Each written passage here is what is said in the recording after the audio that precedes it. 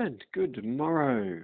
Okay, this is the multiple of take of today's video. It's a really important video. It's an education for just about everybody out there that comes across it, unless you've got a photography background, unless you've got a human anatomy, physiology background. I guess the biological sciences at possibly university level, or maybe at year 11, year 12 level if your school was particularly brainiac school. Look, in our eyeballs there's cones and rods, and we pick up colour versus contrast separately. But the things that have always mattered to human beings in terms of picking up picture information. In fact, I'll just explain. There's two parts to this video. One is colour and contrast being more important than resolution, and the other one is about temporal resolution and potentially frame rates, and what these actually mean to gamers. But as an overall, I'm going to try to hold people's hands and take them back to the fact that in the 70s, games like Space Invaders and Pac-Man ran at, who cared resolution, who cared refresh rates, or, gaming is about fun, right? Gaming's not about the technicalities. The technicalities are there, but they should be there to aid you, right? So, right, case in point, we're looking at a very pretty screen right now. It's irrelevant of the resolution. It's irrelevant of the frame rate if you're at home playing it. Right? So I'm probably jumping ahead a little bit with my spiel here. You can see that there's not really any method to the madness. I just try to keep it fairly short, right? So if you've stuck with me past that first minute mark, you're here to learn. You're here to learn something fantastic. Now, I am going to talk about game theory. Look, I probably am going to have some footage on the screen just moving around and swapping between. I do have some PlayStation footage lined up to swap to. And that will be probably when people write a good essay and then you get to that rebuttal paragraph at the end or the conclusion and you feel empowered with the knowledge they've given you. Okay, so the aim of my video here is to wind up with a good conclusion paragraph where we probably cross over to some Remnant footage running on the console. And I choose that in particular because we know that the game is running at low resolution, but it is using the nanite aspect of Unreal Engine. And in terms of visual fidelity, right, and that's where I'll have a lot of typically anti-alias or what would be aliasing edges up on the screen, and I'll have it so we're looking through sort of transparencies into items at a distance. And I think it'll be pretty easy for people to realise that resolution, there's several functions that go in towards resolution to actually make it count. An example is Forza Horizon as a race game was built as an open world racer for a fairly low powered console. And as such, the development team had to go out of their way to hit a target, and that target was to do an open world race game at 30 frames a second. So they needed to be able to stream in sections of the world that would be beyond the horizon in a way that would be meaningful without having pop-up, or what we have like a level of detail pop-up as you get closer to an item. It scales to higher and higher resolution graphics. And we kind of need to do that smoothly. Well, Unreal Engine and Nanite, it doesn't really do that, right? You're going to lose whole aspects of your art team because they no longer are responsible for different levels of level of detail management, right? It's all handled just by Nanite and the tools of Unreal Engine. It saves you development time, huge amounts of time. Unreal Engine is probably Unreal Engine 5 in particular. It's one of the best things that's happened to the video game industry. For fortuitous timing too, because it allows light sourcing via Lumen to come in the form of software. So for video cards that don't have hardware, BVH accelerators or ray tracing accelerators, light traversal through math, clever math to handle light pathing, if you will. Doing so in software and features like Lumen in Unreal Engine is going to be the way forward. So, look, software renderers, any game developer has to make creative choices in the process of making their game. And so they choose, based on the needs of the game, whether they're going to target a particular frame rate. Right? Now, this isn't something that's just done haphazardly. They don't just throw some straws up in the air and then let where the short straw lands, they go, okay, that's the one we're going to go with, or something. It's not, right? It's not throw caution to the wind and just roll some dice on that one. Not at all. In fact, if anyone understands much about the gaming industry, if you go back as far as Ridge Racer on the original PlayStation, right? Bandai Namco, when they got access to what was going to be the PlayStation hardware, right? Right, now that's a 33 megahertz processor, no dedicated video chip, a fairly straightforward processor in that I believe it was a CISC processor rather than a RISC processor. I could be wrong about that. So 33 megahertz of grunt, 2 megabytes of RAM, right? Again, not a dedicated video chip, so not dedicated RAM for different functions. It did have a sound chip in the form of, I think, 8 basic echo patterns that could be applied. It wasn't particularly amazing as the hardware went. It was at the time. Its big feature was the storage and the ability to stream from that storage. You know, CD-ROMs, 150 kilobytes a second, typical read speed. Generally, you'd expect these things to be at double speed, so probably 300 kilobytes a second. But versus 2 megabytes stored in the cartridge, having that unlimited storage capacity was a large part of the tricks that the console was going to be able to do.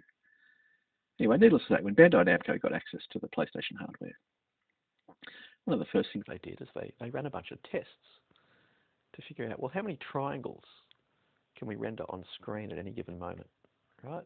And for anyone that says Hogwarts Legacy isn't an amazing open world game, let's just look at the fence here, right? Now, sorry to say that my screen is so dark. Again, it's an HDR10 screen. It is a proper OLED panel. I have calibrated it to within an inch of its life to do everything it should do. And this camera app, when I use the freeware version of it, and I can record in HDR mode, does a really good job. The quality of my mic recording, though, drops right off there. And because the purpose of this talk is really a talk, I'll try to, the on-screen graphics really aren't anything to go by.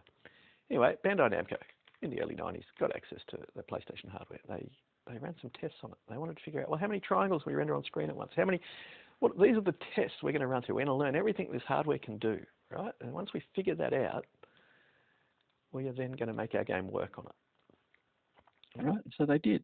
They actually got Ridge Racer pushing as many triangles as they could humanly push into that PlayStation console at hitting their frame rate. Right? And that's the thing. Once you figure out how many triangles a second you can do, you then divide that second by either 30 or 60 frames, and that's how many triangles you can have per frame. Right? You can target 60, you can target 30 frames a second. If you get that target in place fairly early in your game development, right, you are going to do an incredible job with suspension of disbelief in terms of making your game look awesome, in terms of rendering something that people actually care about seeing. And you can either go for the incredible box shot, right? And so on the PlayStation Vita, when it was first launching, they put box shots of Wipeout up. And Wipeout, which had always been, well, it hadn't always been 60 frames a second, but if you played Wipeout 2 on your PC, Wipeout Fusion, I think it was called, 2047, you could run that at high frame rate versus the PlayStation console at the time, which was still the PlayStation 1. But I mean, essentially, some of those early games were 30 frames a second, but Wipeout quickly moved to 60 frames a second. When it came to Vita, it was the first time in a long time that the game had not been running at 60 frames a second. Well, why does that matter? Okay, well, instead of running it at 60 like us customers would have wanted, they knew if they ran it at 30 frames a second, they could double the visual fidelity seen in any given shot. Now, as consumers, it's not hard for us to figure out, well, what sells better? Box shots that look amazing, or box shots that don't look amazing. Right? So, box shots that look amazing sell better.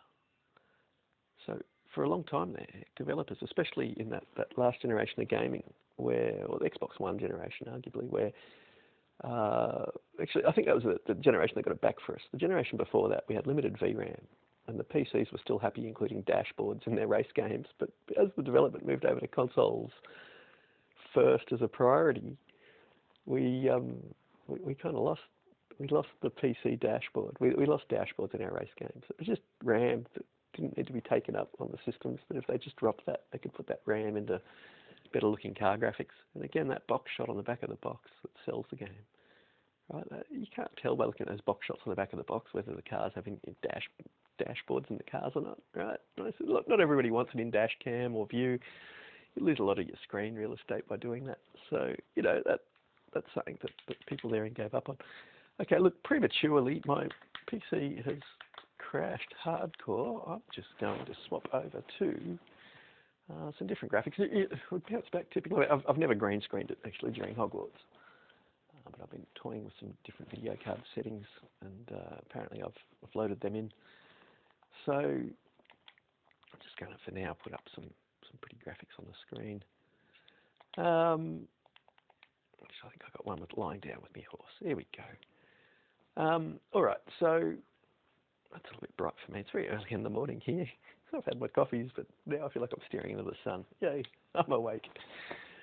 Okay, so you've got a finite number of polygons, right? Developers can choose how they want to spend it. Ridge Racer on that PlayStation was a tuned game, and it looked good because of it, right? That's what we get from consoles. Arguably, is when developers know what the specs are and then they tune for it. Now that's saying that, pardon me, but this is well argued across the net, the consoles punch above their weight. They do. They develop close to the metal performance, and you generally get 90% plus of the actual hardware utilised. And then if a second generation of titles comes to the console, you generally see 98% of the console utilised. The developers of Halo, Bungie, made a comment when they were putting out Halo 2. This is not verbatim, but they basically said, "Oh, Halo 1 was good, but this is like an ambulance driving 180 kilometres an hour. Or in our country, 180 is pretty quick. And I guess it's equivalent to like 130, 140 miles an hour. Driving high speed through it like a school zone. Sirens blaring. Right? That's a pretty action sort of imagery. This is the developer. They're talking in an interview, and this is how they're describing it. And again, not verbatim. And they said, but it's more exciting than that. Like the ambulance is on fire. The ambulance is being attacked by ninjas, and the ninjas are on fire, right? And they're basically just trying to say, look, man, we've squeezed. If you thought Halo 1 pushed the system, Halo 2 we've designed from the ground up to push the system harder. And it's what we saw with Halo 2 is it went to more indoor environments or more less organic environments, because buildings are easy to render with triangles, right? You can draw a square or a rectangle pretty easily with triangles, but trees and organic environments are very, very tricky to do out of triangles. And so, yeah, look, you can do a lot with that. It's hard to say. Look, through the years, when we saw Baldur's Gate and Mass Effect, sorry, it was Star Wars, not the Old Republic, and Baldur's Gate. So one was a Star Wars license, one was a Dungeons & Dragons license, and BioWare didn't want to pay either or. They could make a lot more money on their games if they switched them up to Dragon Age Origins, as became Baldur's Gate, and Star Wars Knights of the Old Republic became Mass Effect. I mean, they were identical games, they had the same gameplay, same everything, but they just didn't pay the license for lightsaber sounds and whatnot. It was a great move. BioWare made a lot more money, and they stuck around as a software company because of it. They could pay the wages and keep the lights on. Yay! But look, what happens when we look at those two intellectual properties evolve is that we see when clever lighting and video cards improved, and they could turn those games from they're essentially just 2D bitmap graphics. They were just maps that you just animate a couple of sprites on with the early games, and then as they evolved, they became full 3D games. But here's the thing: is that rendering the Mass Effect series or the space games, where there was a lot of buildings and bland scenery, very easy to do, versus rendering organics like were required by the Dragon Age Origin game. So you could render trees and lighting over rounded objects, and we see that. We saw that borne out. Laptops could play Mass Effect 2 on launch at fairly high resolution, at very high frame rate, with all the effects cranked up. We didn't have any luxuries with Dragon Age Origins doing the same thing. Organic environments are hard to render.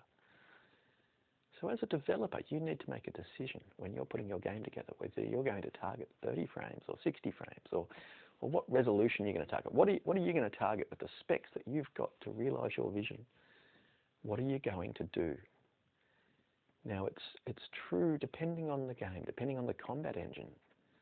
If there are latencies, right, the whole point of my video, I was going to run some games at 30 frames a second and show how, without added latencies in the animation engine or controller inputs and whatnot, how they could react quicker at 30 frames a second than other games at 60, right? And just try to remove the idea that people hold on to, that 30 frames a second gaming is slow or janky or any of that sort of stuff. No, it isn't. If you tune your button press to respond to the screen instantaneously, that is, there's not more than a frame of delay or of calculation time for the screen to catch up to user input, 30 frames a second gaming is amazing, right?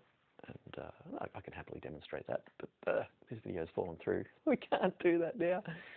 So, you know, what matters more, resolution or color and contrast? Well, I'll take color and contrast every time. Every time. And our screens are in the process of moving up to what we call UHD, ultra high definition. And a large part of that specification is enhanced color depth. You know, we really are now pushing to 1 billion colors expected in our playback equipment.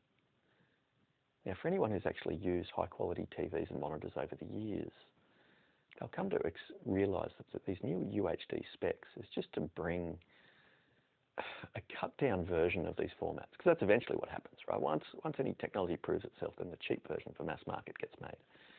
And so UHD color technology and HDR10 arguably as the specification that we're familiar of, is bringing this new high color, the BT 2020 color depth, if you will, beyond DCI color range, is 50% more color really than a human eye had been getting from previous generations of color, if you will, the gamuts we were using previously. And so, apologies there, I've lost my train of thought a little bit. The improved color depth is just so vital in terms of offering our brain, right? Our eyes have to interpret color.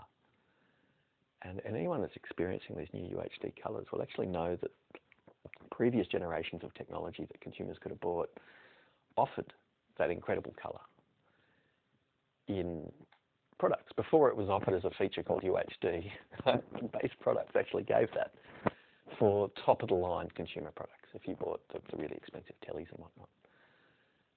So look, UHD, eventually it'll boil down to a consumer format where you can go in and you can buy a cheap TV, and aspects of that enhanced color range will make your TV have more pop than your last TV, right? It will happen.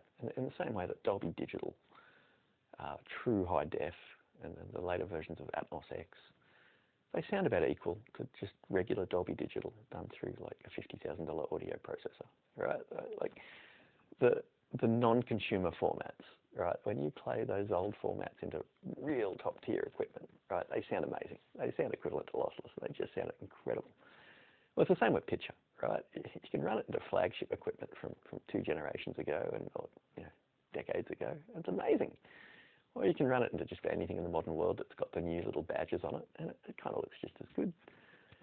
So, again, apologies that the camera recording this doesn't show the high dynamic range that would have been in each of these photos from when I captured them. I probably haven't got the settings set correctly. To me, the screen on my phone looks too dark, but if I raise it up, all the highlights just wash out. Again, I sent an email off this morning to the developer of my app. Hopefully that will improve. So look, color and contrast really matter. Now, why is this a factor of what I'm talking about now? Okay, well, it's significant for a couple of reasons, but one is, in the war with the last gen consoles, one of the things that was done to raise their frame rate was to drop their color fidelity. And for quite a while, as someone that's been in the PC camp and is always happy tuning my monitors to have the most color fidelity, and generally buying monitors that do either billions of colors or actually render that. In fact, it kind of blows hundreds of dollars on a cable, because as much as people would argue with me, a good HDMI cable just renders red better. You just see it, you know. There is differences, but you know, if your eyes aren't trained for it, if you haven't got equipment over the years to recognise it, you're probably not quick to spot it. But I learned in the 90s that when we were moving to digital, that digital chips had a really hard time with red, it seemed, and that better cables sometimes allowed better renditions of red. And people can argue with me in the digital world, oh no, it's transported digitally, zeros and ones, so the information gets there. Well, it's like there's error rates, man. There's all sorts of stuff built into the spec. You know, a lot of it becomes guesswork, and it doesn't really get accurate numbers. But someone that was finding that their screen was dropping off occasionally, or I was having sync issues, when I moved to like a $400 HDMI cable, just because I had one lying around. I bought it on clearance for $70. Don't get me wrong, I spend $400 on HDMI cables. But I mean, it's gas injected. I mean, it's all sorts of stuff. When I was reading the blurb for it, and it came with a lifetime warranty that if this cable doesn't ever do what you need it to do, you can get a free upgrade. And as someone who's been caught out a few times in trying to run, for example, 3D into 120 hertz HDMI. I'm one of those people that needed 15.6 gigabytes of HDMI bandwidth before it was a thing. Even though the cables went up to 18 gigabits bandwidth, most people weren't needing anywhere near that. 10.2 gigabits bandwidth met most people's needs for full high def at 60 hertz. But someone that needed to push the cutting edge of HDMI on a few occasions, yeah, look, cable bandwidth and capability is something that can matter. But irrelevant, right? Like the point is consumer technologies are improving. And we're now getting these UHDs where most consumers are getting access to a form of color depth that is certainly better. And color and contrast matter more than resolution. They really do.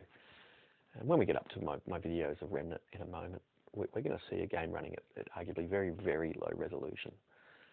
But because of the color fidelity, because of the contrast fidelity, a lot of that is gained back. And in this case, we're going to talk about the fact that a shooter with its temporal resolution, a shooter where you need the fast-paced response times is a game that I would argue needs that lowered input latency, the lower response lag, and can benefit from high frame rate. Now, look, anyone at home watching this, there is actually a sun just over the mountains there, perfectly well defined. I should play with my exposure control until that shot looks good on the camera. But look, I mean, these are just screenshots. These aren't in photo mode, where I think the resolution gets enhanced. These are just, you know, these are arguably a PS4 game, Ghost of Tsushima. I can only guess these are running on a PS5 when I've taken these shots. Look, I'm a photographer. It's my hobby. Generally, I'm pretty quick, I guess, when it comes to figuring out the ratios or the nice layout in a shot that might just work as a photo. Not always, you know, but that's just what I'm into. Whether that makes me a better game journalist, no, not really.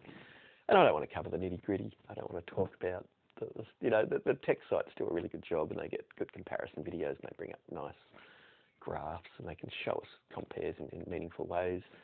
The casual games journalists play more games and do a better job comparing, you know, these features in this game versus these features in that game. All I can really chat about is my take on gaming as it's evolved. So look, my opinion on gaming might matter to some people, but I'd rather talk technologies. I am a technician. I have been a system engineer. I've certainly given a lot of support. I've been in various industries, including games production. Look, there is a lot to it that the general consumer doesn't understand. I do see a lot of comments come up in threads that if their perspective is a little bit wider on a given topic, things that they're saying that make sense to them logically, that they're just a complete fallacy into the real world. Things like this should be debated, arguably, and I'm quite happy to be the bearer of bad news. That is to say, I don't let my ego get in the way of a discussion, and I'm quite willing to take on the difficult stance. Saying which, you know, that's a bad photo there. Sorry, part of the frame. But look, you know, I'm willing to argue these things, and they need to be argued. Now, look, regarding frame rate, look, we were playing Hogwarts before at 30 frames a second. I actually had that footage up on purpose so that we could discuss with people, and I was just going to show how quick my mouse responded. I'm missing a trackball, even though it's wireless at 12 milliseconds. Latency, if I move that trackball, it's instantaneous wherever I look on the screen. And because I don't use FSR2 or DLSS, later versions, or frame generation, which add latency to the screen being rendered, I find that 60 frames a second in that game via the controller with its added wireless latency is sluggish in terms of responding to my inputs. And then I move over to a wireless trackball and the game just responds instantaneously. And so that game at 30 frames a second is zippy and quick and instantaneous and very fun and an arcade blast versus 60 frames a second on a wireless controller with latencies added because of frame generation and various other video techniques. So that's going to be something that developers are going to have to choose, whether they add frame generations and whatnot. So when I look at some of the footage of upcoming games, and sometimes you see a camera pan and you look at the footage beyond the character's legs on diagonal edges, and you can see what would be frame generation techniques being employed because of graphical little hiccups that you see in the frame. I mean, that's the sort of stuff I'm good at spotting. I haven't got any issues with frame generation. Apologies there to people on my microphone. I should indicate before a loud sound happens what's about to happen. At this time of day, I've got to tend to a couple of animals, and they start to get a little bit antsy. Of course, when I'm doing my recordings for the channel, I like to have my windows shut so my neighbours don't have to hear me ranting and raving on. Look, colour and contrast are very, very significant. Look, again, if I was over on my PC, I'd have the luxury of just running some of the old ray tracing titles, like things like Descent and Portal. Well, these are games from the 90s.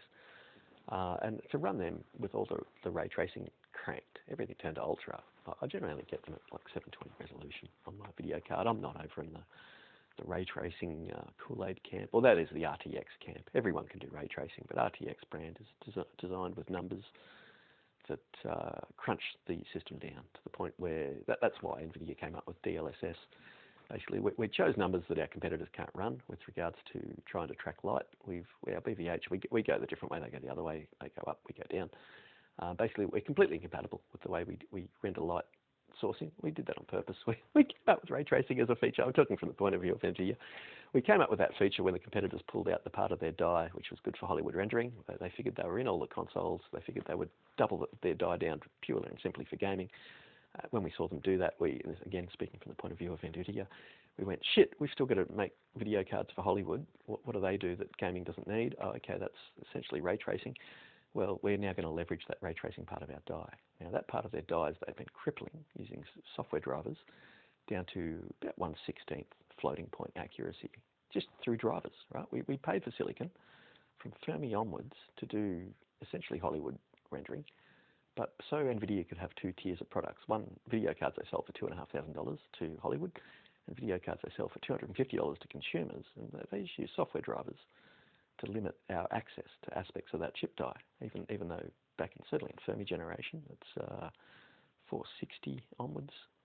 460M, I think, was one of the famous chips. The 460M being the mobile variant, but Fermi as an architecture was quite incredible. And from that point forward, NVIDIA has done some a lot of. Everyone says NVIDIA drivers are good. No.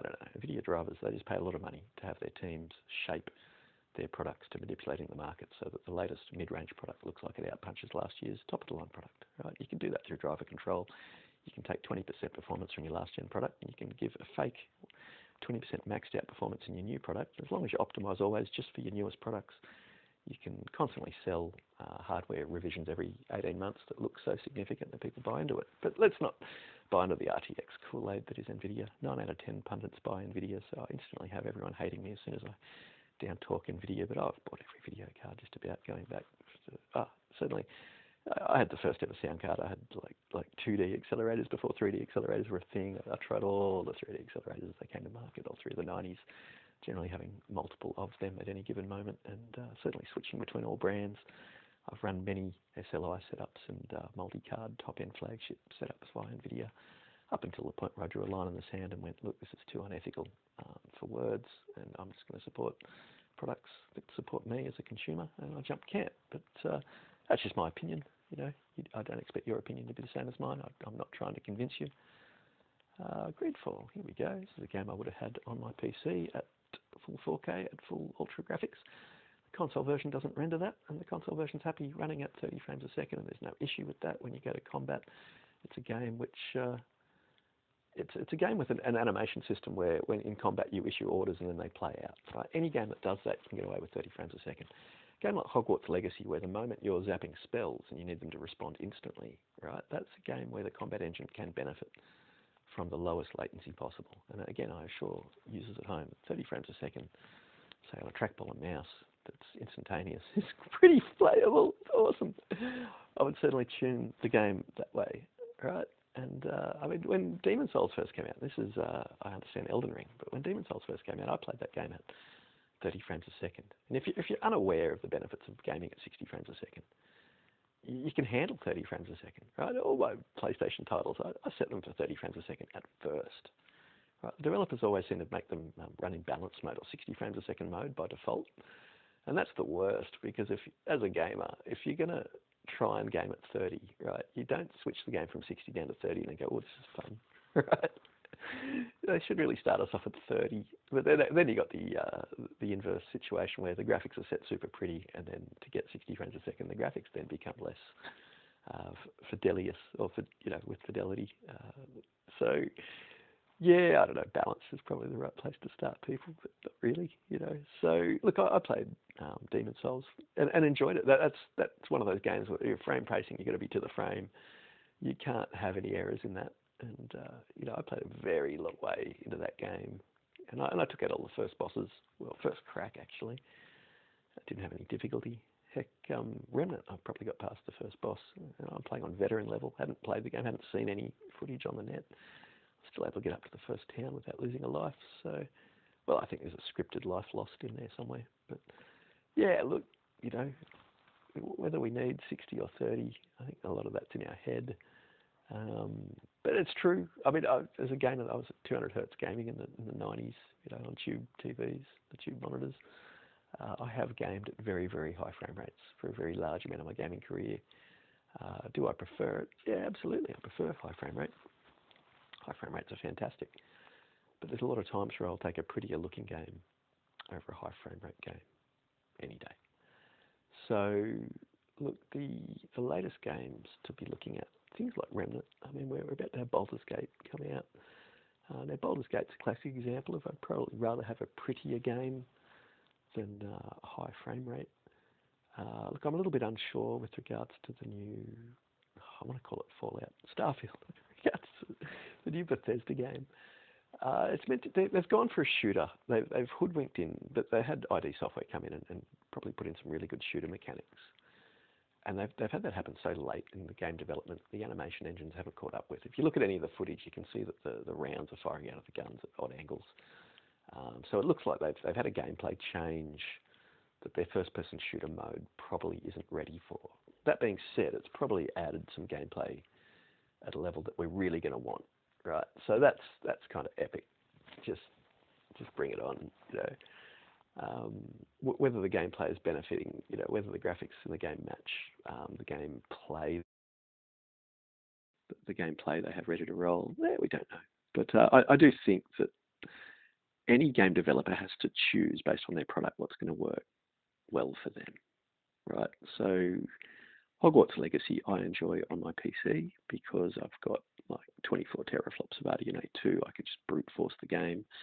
On PlayStation, if I run it with ray tracing, it's running at probably 1200 lines of resolution. On PC with ray tracing, I can get about 1700 lines of resolution without any FSR modes engaged. So look, that's quite a large uptick in visual fidelity, I would argue, in that scenario. At 1400 resolution was where the real cutoff was, right? There was a visual fidelity in mid-distance grass where you could start to see a fuzz on the screen. It disappeared if you went above 1400 res, but below 1200 to 1400 res, there was just that slight fuzz. And so pixel people like myself could actually see it in motion res. It's just noise, just on grass edges. The grass of all things, like interspersing lines at crazy height and crazy, lots of detail doing that, right? So that's sort of a worst case scenario. But look here, if you look through the floor there, okay, so this is recorded footage. This is recorded 4K footage on a PlayStation. It's recorded 4K footage from a game that's internal render at the 60 frames a second I'm running at. Should only be about 1200 lines of resolution. In fact, it shouldn't even be that. My understanding is the PC version is, if you run a video card like mine, or if you take the world's fastest video card, which in my country is about $3,500, that's the 4090 by NVIDIA. And I think you're only getting about 45 frames a second in this game at 4K resolution, right? So this game basically won't render at 4K resolution on consoles. We know that. Okay, but it's using nanite, right? It's using this new Unreal Engine technology. And because it's got such incredible world detail all the way out, right? You try and spot for me a pixel, right? You don't need 4K resolution, right? This comes down to world render budgets, right? Like when you render your off-screen world at low resolution, it doesn't matter how much upscaling, it doesn't matter how much anti-aliasing you do to the final product, you still generally wind up with jaggies. But in games like this where the the world is being rendered at this incredible fidelity. The final render to the screen, irrelevant of what resolution it's running at, just looks incredible, incredibly fidelious. So we're going to see a couple little camera hiccups with this pre-recorded footage because I keep trying to push to get certain things like textures, certain diagonal lines on screen. Again, this is basically a jaggies check. I've just found this fairly early in the game, and if you look at the middle distance on the boat railings, if you look at a lot of these cables that are hanging, these are so many scenarios that create the worst scenario for jaggies, where you should be able to see pixels and just visual noise. And so anyone complaining that this game, I mean, this game here, I'd be looking at going, oh, this has got to be in 4K. Like, what do you mean this is not at 1770 resolution or 1720 resolution above? This is nonsense. If you told me this game was running at below 1200 res, I'd just be like, no, I don't believe that. I could go and load up some old games running at 1200 res. You know, you'd be like, oh, that's what happens when the world render is done at a resolution that matches the screen render. You know, you can see pixels at 1200 res. But, you know, I'm not necessarily looking at the foam of the ocean down there and how organic the water is. Again, I want you to look at the transparencies, look through, you know, anything there which should have edge noise. You know, things like those barbed wire fences at a distance and barbed wire fences loading over meshes. Look at it right in front of the player's head or above the head there. If you look at these diagonal lines that are, you know, looking through to the middle distance beyond, there's so much reason, especially with the color and contrast being so strong here. There's so much reason for noise, arguably. And by that I don't mean audible noise, I mean visual noise. I guess now that I'm standing up and here, I should be able to point at various things. Now there's a little bit of flicker just there. I don't know if that'll come through. There's a shadow flicker just there. And they might be aspects that the lighting engine is running at a lower resolution. You know, you can see the noise here where it can't quite figure out where the railing, is it on or is it off? These are the sort of the world model and what level of fidelity it can run at. So I'd expect at a super high resolution for that little bit of flicker there to drop off. In the real world, are we going to see any of this in motion? Absolutely not, right? You can see the actual strengths that come from an incredible resolution across all of these products. Like, there is a fidelity, there is a noise there on all of these surfaces as the camera moves, but you're not going to notice it. You're never going to notice it. It's playing at 60 frames a second. Remember, this is balance mode. This isn't the fidelity mode. It's 60 frames a second. All right? There's just so much. You know, and it's an action game. You're not stopping to smell the roses too much. Well, you can do. It is a pretty game. But, you know, it just comes down to directors of games having to make a decision. And so we're all white belt consumers at home. We all think, you know, I want this game to run at 60 frames a second. Okay, well, we don't know if the developers had a mechanic that was going to need to push certain resources in that system to such a level that they would not be able to support the rest of the machine towards the lofty goal of hitting 4K 60 or whatever. And again, consumers seem to get really upset if we don't hit one of two goals, either 4K or 60.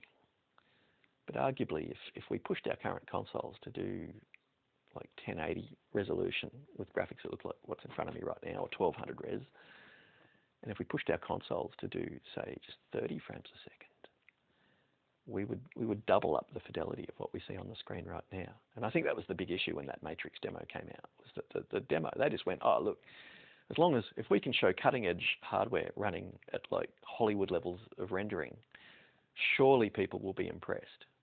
Now, again, I glitched the screen a couple of times trying to get the wire fence right up against the screen, but just look at the fidelity. Oh my Lord, the fidelity is incredible. Right, so yeah, 1080 at 30 frames a second with 4 times the visual fidelity would be amazing. And that Matrix demo came out and we all got really upset at it. Well, not everyone. Some people got upset at it. The reason they were upset was that it was like, oh, it's only 30 frames a second, right? They didn't realize that the Unreal Engine 5 could run at 60 frames a second. It was just a demonstration they were trying to show, look, we can render Hollywood level graphics in real time on consoles. And so they opted for 30 frames a second. But a lot of people missed that. The fear, I think it was, that kicked in was like, look, I want games to look this pretty, but if I'm going to be stuck at 30 frames a second, I want to put an end to this right now, and so I want to complain about it. I want to have a voice about it right now, and I want to say 30 frames a second sucks. Okay, well, just wouldn't it be good if you didn't have to know about these things, right? If we could just pick it up and just play it and experience it.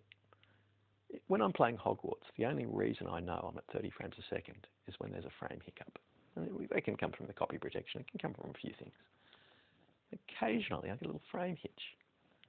And that frame hitch is the only way I have of knowing that the game isn't totally smooth. If the game is totally smooth, I have no way of knowing if it's running at 30 or 60.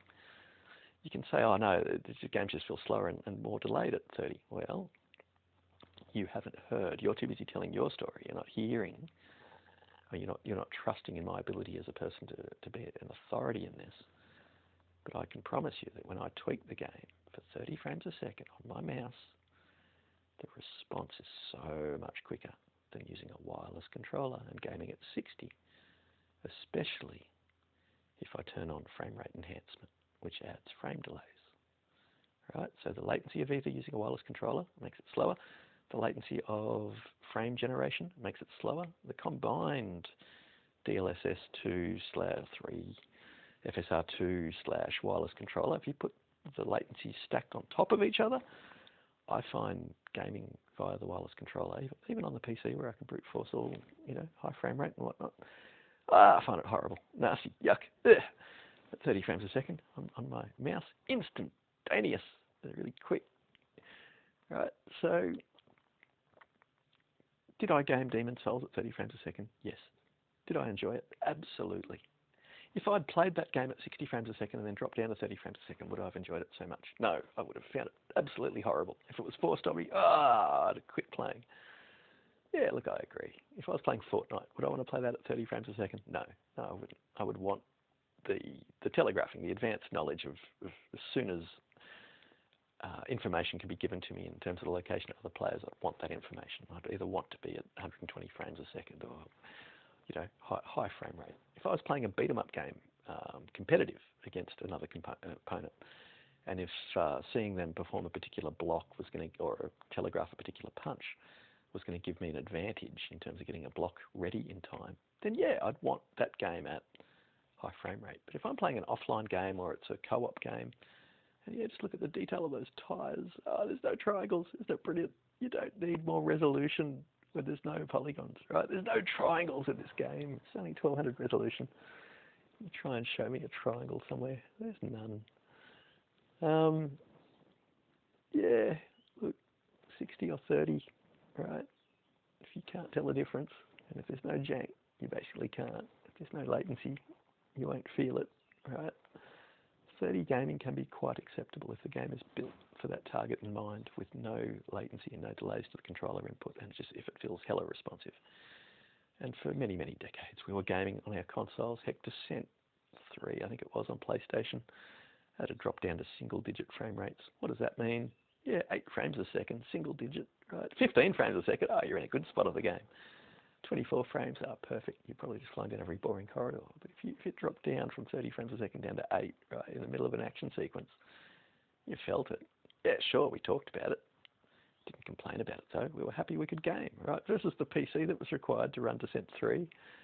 Generally, you wanted your Pentium 3 with the MMX, the multimedia extension. It had to be the Intel brand chip, because then you got it generated a motion blur, frames in between frames, right? If you're running at 30 frames a second, your SSE 3 extensions actually drew motion blur, right? It just made the fidelity smoother.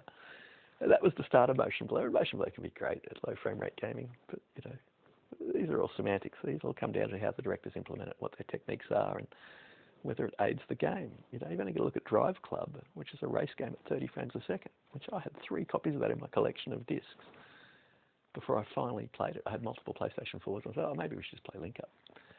And I turned the game on and could not believe how good Drive Club was at 30 frames a second, that I lost the entire night, 7.5 hours. I had an American friend over, and we just sat there. He was about 10 years older than I am. We just sat there for 7.5 hours, just playing Drive Club, not fiercely competitive with each other, just alternating, just trying out the different levels, just looking at the graphics, from the cherry blossoms in Japan to the satellite arrays in, I don't know, was it Colorado, somewhere in America? Oh man, it was just amazing. And yeah, look, 30 frames a second on a race game, you know, but no latency. And they use motion blur with whatever CPU's left over. So if you run Drive Club on a PS5, technically it doesn't run any quicker than 30 frames a second, but the fidelity of the motion blur goes right up, and the application of that motion blur is a lot better. And the game is improved. But look, it's you can't just, you know, point blank just say motion blur sucks. It just depends on how it's implemented in any given game.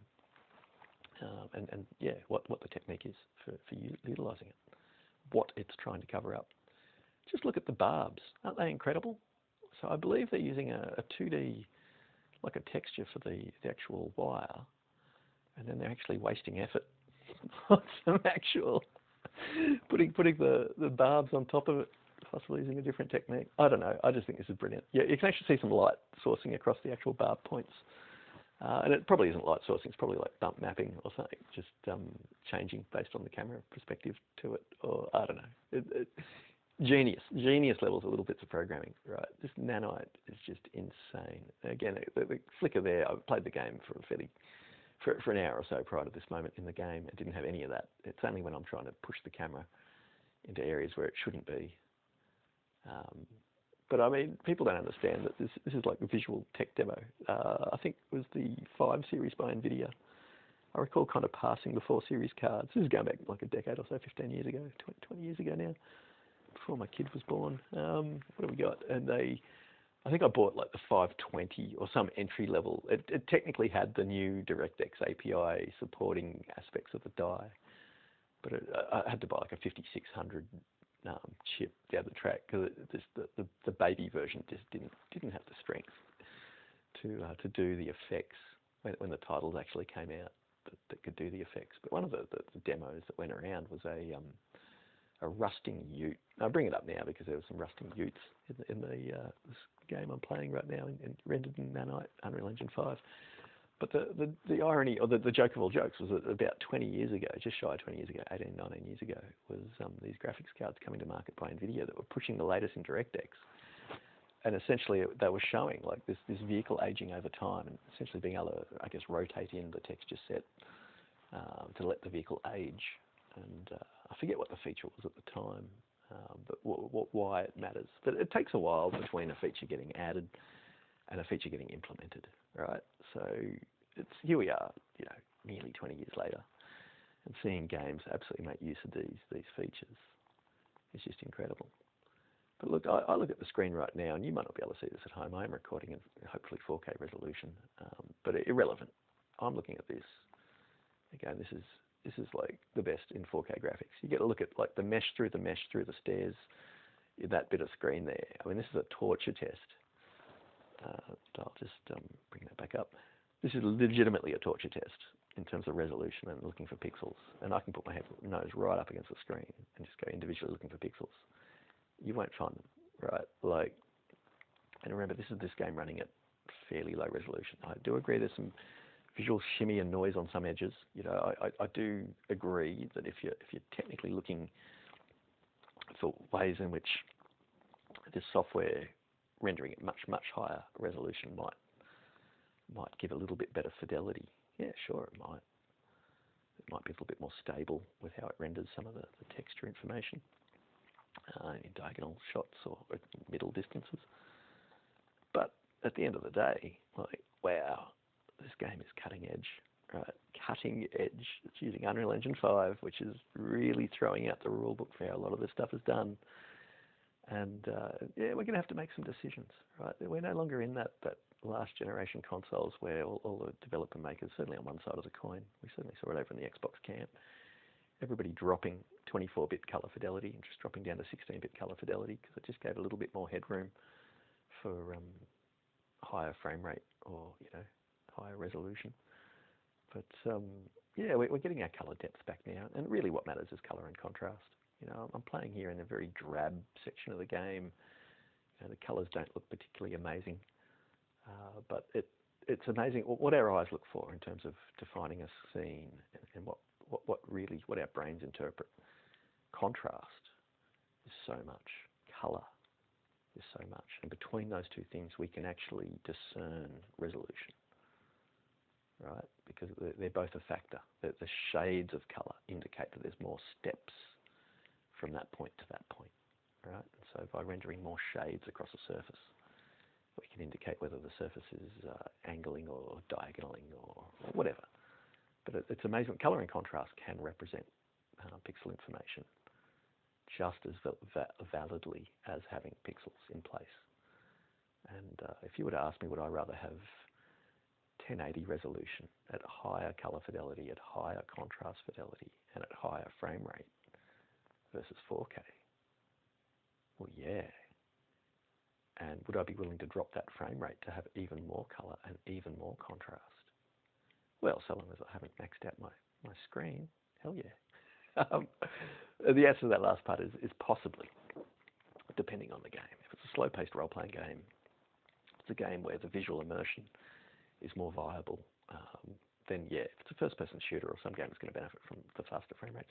Oh, that last little thing we were just looking at was the waviness of the tree. And you can check the off-screen render a little bit by just here. I should be placing a branch in front of that light that's just blooming through in the distance, and seeing how that light changes its render based on that tree moving through it just says so much about what the Unreal Engine 5 is doing. This is just incredible. I mean, this is tech demo-y sort of stuff. Now, I personally think that tree's a little bit too wavy. It's wavy like water. But look at the bend points. You know, I mean, the fidelity of Unreal Engine 5 is just incredible. You can look at the puddle reflections and stuff, and sure, it's not doing ray tracing. It's not tracking off-screen information in the puddles, sure. But in terms of suspension of disbelief, the game is amazing, right? The fidelity is there. If you look at those power lines or those lines in the sky, if you compare Forza running at the same resolution, about 1200 res, right, you're just going to see jaggies like crazy. You're going to see bend points. You're going to see the individual lines that make up those nice, beautifully curved lines, right? So Unreal Engine 5 running at low resolution versus previous engines running at the same resolution, Unreal Engine 5 has way more fidelity, right? So let's not be afraid of current generation games being at potentially low resolutions, right? We've got to look at the technologies involved and what the actual visual image to the screen looks like. If the off-screen render budget is being used generating a very high resolution world such that it can just render it one-to-one to the screen, and we basically see that, that's incredible. But in the past, games have really survived, especially in that last generation, lowering the color fidelity, lowering the off-screen render world, and then having that final pass, just try to fake, using anti-aliasing in various steps, trying to take the low-resolution world underlying everything. And they're trying to hide that, right? But when you get to Unreal Engine 5 type games, you can see the primary asset just being amazing, right? And I think we need to move past, we don't need 4K, right? That's a very hard target to hit. I've done a video recently about 4K gaming. I load up a few of the hardest to run open world RPGs. I didn't do Red Dead Redemption, but I load up a few of the harder to run open world RPGs on a cutting edge PC with twice the graphics grunt as the current consoles. And I show the reality of how hard it is to do 4K, right? So look, unless you're in Team Green, which is NVIDIA, and unless you're foisting onto the market a very math-intensive, basically anti-consumer version of doing RTX, or what we call ray tracing, the methods they're using to half-ass their way up to 4K, the DLSS, right? This is all just used as a massive anti-consumer push. It's all part of one platform, which is selling us future NVIDIA technologies that are designed to, the DLSS are just going to be designed to allow them to take the number edges in aspects that suit their hardware better while holding out the competition, right? So look, we can try and double down and say, oh no, the future of gaming is this. Well, it isn't. The future of gaming is what is going to sell. What is selling is AMD, because it's in all the hardware and the consoles, right? Anyone who's a PC gamer, you've got things backwards if you think PC gaming even matters, right? You're such a niche market in a niche market. Microsoft only lets you survive because every PC Windows license is an Xbox install. They use those numbers to try to convince developers that there is a viable platform to write games for, being the Xbox platform. They say PCs are Xboxes. So look, PCs are a small niche, but they're misrepresented to include Xboxes. That's the only time their numbers become relevant in terms of a gaming industry. But the reality is, if you're a developer and you're writing software and you want to sell that software, you want to sell it to the several hundred million number of installed consoles. It's very easy developing for console because it's one set of hardware. You can optimize your software. Anyone saying that Lumen's not involved, man, that shadowing off those leaves on the ground, everything's going on. I look at, there's aspects of textures on the wall underneath it, where we're looking at that surface right there, which shows very high res textures to the right of the screen. You look at what would have been bump mapping once upon a time, shadows being rendered across textures. People say the Lumen isn't active in this title, and I'm just like, oh my lord, look at shadows on the ground rendering off rocks and stuff. I don't know about this. You can say it's all pre-baked, time of day that the light's always at that angle. Yeah, sure. I don't know about that. But anyway, getting back to the industry, look, just consoles are where stuff is going to sell. Unreal Engine 5, I mean, the Sony hardware in particular, Epic had input. Sony had paid a lot of money towards Epic at that time, asked Epic for input on the modification of the RDNA 2 chipset that was potential to land in the PlayStation hardware. And my understanding is the feedback was they've tightened up the cache speed, that is the timings on the cache in the middle of the chip. And that might be practical because that particular cache is feed-forward feedback to CPU and GPU. And it might be able to be used for in-game physics, but they're probably using it in a way that's meaningful for feedback for aspects of Unreal Engine 5. And Unreal Engine 5 has a few things built into it. One of them is being able to track surfaces contacting other surfaces. So instead of having a player's foot not land neatly on a particular rock, now it can, right? And the graphics engine itself will just map all that and make it happen. In the earlier part of this game, there's a character limping, and I must admit, I feel like that's just an aspect of when you're running in Unreal Engine 5, your animation teams can just churn out these animations a lot easier because they're essentially building the animation on a bone system, and then the game itself can just map or modify things as need be. Now, it might need to be that you have to allocate particular flex points in a bone structure that you're willing to allow that skeleton to compromise in order to have certain surfaces contact other surfaces. What I'm trying to say there is, a knee, for example, might be a more malleable bend point in terms of letting a player's foot make contact with the ground versus, say, a middle bend point in the player's spine. That wouldn't make sense. The player's spine just all of a sudden just stretches to allow feet to touch the ground, But it might be that once they get on top of their animation tools and being able to attribute certain modules or nodes to have capabilities to just match other aspects of the render engine, that whole teams of your art department, just the amount of work they need to do just drops off massively. So Unreal Engine is the best thing that's happened since sliced bread in terms of the gaming industry. But look, can we get away with less than 4K resolution? Absolutely. Can we get away with less than 60 frames a second frame rate? Absolutely. Is it worth doing that when developers can optimize down for a particular set of hardware? Yeah. If they can get that frame pacing perfect so that end users can't notice less than 60 frames a second, as and again, I give Drive Club as an example. That's a 30 frames per second race game, right? You can get away with low frame rate if it's done with perfect responsiveness. And again, I'm a frame rate. I like my frame rate high. Okay, so as someone that would happily play Drive Club for so many hours because the experience was just perfect, good on them. Good on the developers for figuring this stuff out. We've really got to learn to trust the developers of the products that we're buying into. Let the final review scores from reviewers that you can trust, right? Not just flavor of the moment reviewers who just want to say the buzzwords because they think their audience are going to agree with them. We've got to find reviewers who actually understand and have been playing a lot of titles and actually know, wow, how does this title feel, right? Irrelevant of whether it's 60 or 30. How does it feel to play it? Do I walk away smiling each time I touch it? And I mean, that's got to be the litmus test. I was playing The Outer Worlds on PC the other day. I mean, the game is very easy to render at 4K at 60 frames a second. My video card is just taking a break doing it. when I say taking a break, I mean like it's not running very hard. It's very, very quiet. It's a very easy time to render that game at 4K, 60 frames a second. That being said, I'm running around the planet and I'm just grinning ear to ear because there's no, well, there was for a couple of game sessions there. There was no frame jank. It was just beautiful. And then I deleted my shader cache, and now I get this jankiness all the time, non-stop in the game. It's not related to the shaders rebuilding. It's just it's a Microsoft title. It's one of the many titles designed to not work well on PC, so that gamers move over to consoles. You see it. So look, I'm a big fan of.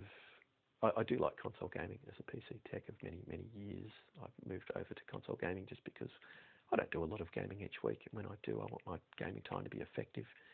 And I was finding in a PC game world, if my 30 minutes of game time on a Saturday morning before I get on with my day, if I was losing that 30 minutes of time just to system maintenance and trying to get a game started because of anti-consumer practices, I wasn't enjoying that. Whereas with a console, you just plug it in, you just turn it on, it just works. In the modern world with consoles, it's even better than that actually. The console haptics and the console, especially the PlayStation 5 controller is just amazing. And as someone that might run Atmos or surround sound in your lounge room, there's even a speaker in the PlayStation 5 controller. So if you're playing a game like Hogwarts and you're casting spells, the sound effects coming from that point source on that speaker, very amazing, very immersive, really connects that immersion. So look, as a Ninja PC gamer, I mean, I bought Remnant 2 on console. Classic example of things like Battlefront 2, which was a Star Wars-based competitive online shooter. Sometimes you've got to go where the player base is. You can argue some games get a lot of install base on the PC, but sometimes they're just flavour of the moment install base, and sometimes 2 years down the track, when you look at the active communities on the consoles, the active communities are still very strong. And because of the cost per software license, you generally don't get a lot of the cheaters when their accounts get banned permanently. There's other benefits that come with the console ecosystem in terms of just reduced number of hackers or people that might be cheating. And so you find that the gameplay is certainly a lot fairer when everybody's at the same frame rate using the same inputs.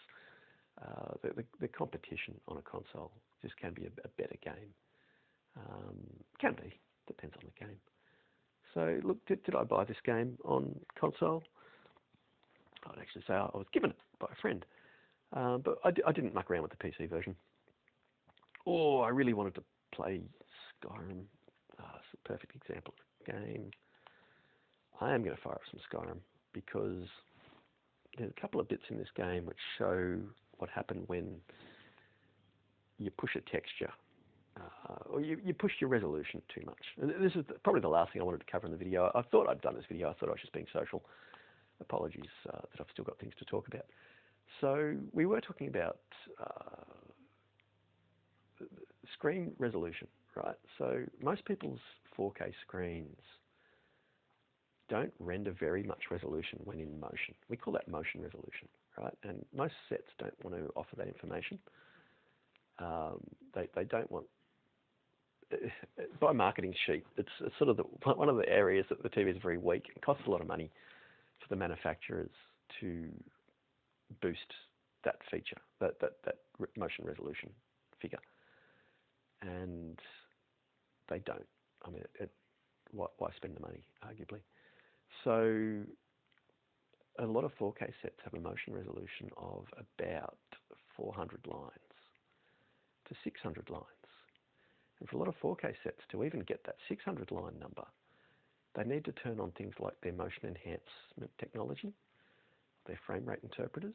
Now, they might work for a sporting telecast, but for gaming, you don't want to add that latency, that extra frame delay. And so generally when you're gaming, you have to turn off all those motion enhancers, which means your motion resolution on a 4K TV, right? I'm not talking about a 4K monitor, I'm talking about a 4K television, what most of us game into.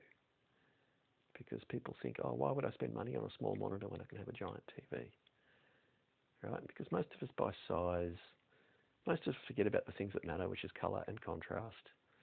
Most of us don't buy the littlest screen in the flagship lineup. Most of us buy the biggest screen in the entry-level lineup. Just because size matters. We can all see size. We can't all see improved color fidelity. We can't all see improved motion resolution. So my wait button, hang on there. Okay, been a while. Sorry, playing. Well, I usually play on PC, so consoles. Yeah. So yeah, look, this TV motion resolution. So I mean, I've got my girlfriend's got an old high def set, 1280 by 720 resolution. It's got more motion resolution than most people's 4K sets. My old plasma, which was full high def, 1920 by 1080, it had 1080 lines of motion resolution. What's the difference? Okay, see the scene in front of me? Right. On my plasma, if I was walking down this screen, that would all be photorealistic. Photorealistic, photorealistic, photorealistic, photorealistic. On most people's screens, it's blur, blur, blur, blur, blur, and then the moment you let go of the controller like now, it then snaps into photorealistic, right? Now that there, okay, so I'm getting a flicker in those bushes in the middle screen there, right? And that there is just, it's just where the resolution of the game, it's these high contrast edges that a less than perfect motion resolution will get caught out and you'll get that flicker. So I'm getting a few bushes, they're particular bushes. It is this zone, there's a particular tree, I don't know if it's the juniper berry trees, these ones here in front of me right now. And you can just get, and so I actually, for a little while there, I was setting up a Sony flagship Sony TV for someone, for a gaming household, and I do professional calibration. And I was just finding that the motion resolution with all the enhancers turned off was just a little bit higher. This is a flagship OLED. In fact, the company that sells these OLEDs have pulled out of just about most modern markets because they don't want to compete against the lowest common denominator. Samsung and LG just keep lowering the cost of cheap consumer electronics. They don't give perfect motion resolution, or there's a lot of things about their sets that compromise. You can't really beat Sony and Panasonic for picture processing, and even without having to turn on the extra chips, these screens. Okay, so apologies for the exposure value on the camera that's recording this. The screen I'm looking at doesn't have any overexposure at all. But that tree directly in front of us above that bridge, it's branched. Okay, there we go. See how if I move a little bit, it gets darker, lighter, soft, sharp, soft, sharp, soft, sharp. And you can see the same on the identical looking tree, which is in the top left of the screen. You can see how each time I move, it gets a little bit soft for a second and then sharpens. Okay, that's an example of your motion resolution letting you down. Now, I don't get it in a lot of modern games. Skyrim was a game built that kind of didn't really have 4K. I mean, nobody was running 4K when it came out. And it could just be, it's an art decision that doesn't work well in the modern world. Okay, it is, again, it's high contrast edges. Wasn't really experiencing any of it in Remnant. But I mean, again, as a pixel peeper, I mean, I've gone looking, I know where in the game I've got to load to find the couple of examples of bushes that do it. It's not an everyday thing. It is an everyday thing if you've got a set with less than 600 lines of motion resolution, because then every single graphic in the game goes from blur, blur, blur, blur, blur to sharp. Blur, blur, blur, blur, blur to sharp.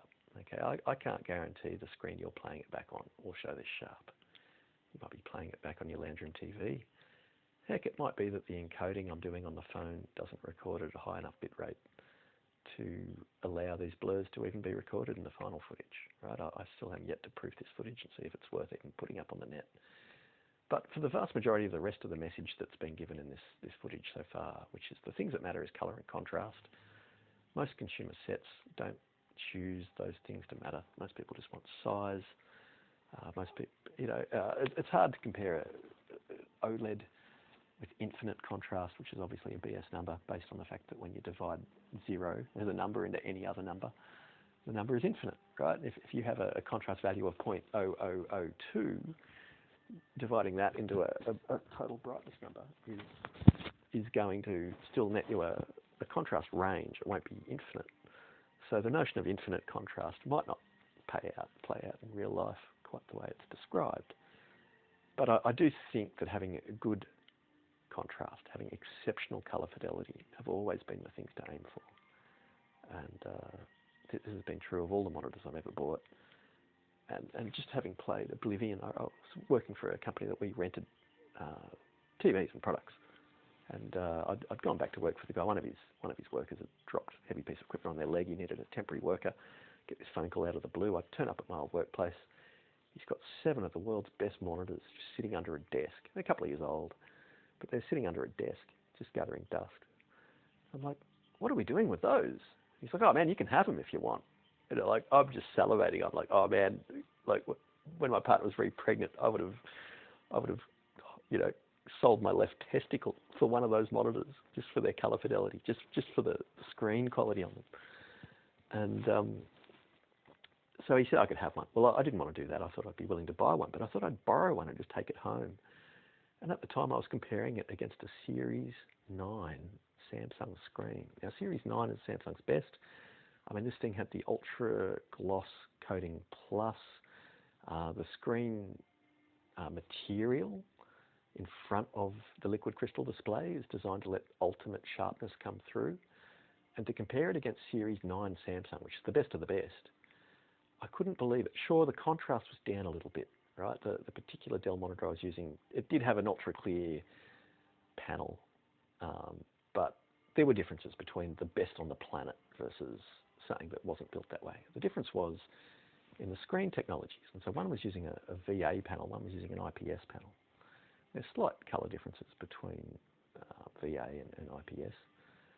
But at the time, it was a known thing that the in-plane switching IPS, the way they gate two gates to turn each pixel on and off, you just get, look, it's arguably slower color changing of all the pixels, but they might change a little bit more uniformly. There's reasons why IPS color can be a little bit more fidelious. And I experienced it straight up when playing Oblivion. I ran through, anyone who's played Oblivion knows that you start in a dungeon. I'm not trying to be spoilers alert here. It's the opening 5 minutes of the game. I'm not wrecking it for anyone.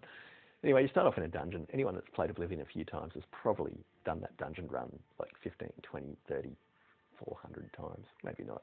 You learn to have a save game right at the end of the dungeon so you can create any character you want and start the game. But yeah, having run through that dungeon a few times and running through on a more color accurate monitor, there was this ruby in the mud that I just walked over like 40 times, never seen it. It's just like clear as day. It's easy as the nose on my face to see. I might be a bit cross-eyed. No. But I could easily see this ruby in the mud, and I just couldn't believe how many times I'd walked past it. So of course I picked it up. Look, will more color information give you more shades of in between? Yes, it will. Will it therefore give you the potential to see more depth into your screen? Yes, it will. Will better contrast work for you in rendering any other image on the screen? Yes, yes it will.